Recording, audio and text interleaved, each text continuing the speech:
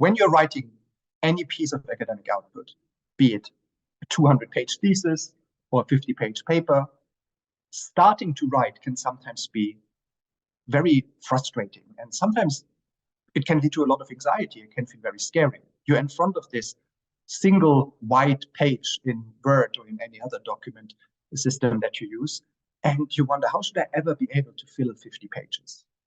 And in order to make the process more easy to approach and easier to plan out, I always think the best way is to break the paper down into small pieces. And the process that I used to use for many, many years in my life and still using today is the following. Identify the journal that you would like to submit your research to. Let's say it's IJRM.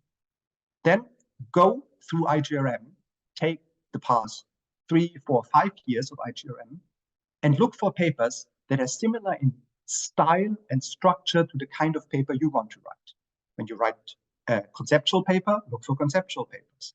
When you want to write a modeling-based paper, look for papers like this. If it's about a qualitative study, look for papers like this. Identify 3, 4, 5 of those. Download them as PDF. Start looking which sections they have, an introduction, a literature review, a methodology section, and count how long each section is. Put it into an Excel sheet. The introduction in paper 1 has 758 words. In paper 2, it is 836, so on and so forth. Do this for all the papers that you have identified, and then take the average. And this gives you how long is, on average, the introduction of a conceptual paper in IJRM that has been accepted and published in the past couple of years.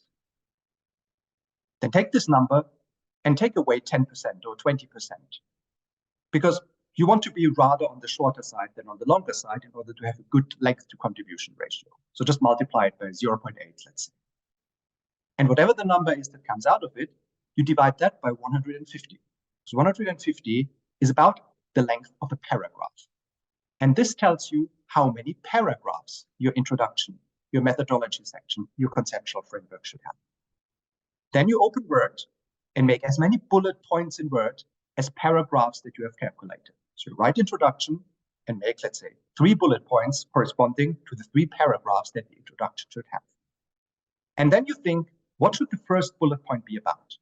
What should the second bullet point be about? What should the third bullet point be about? And you make this for the entire paper. So instead of having to write a 50-page or 8,000-word paper, you actually write 50 bullet points that tell a story.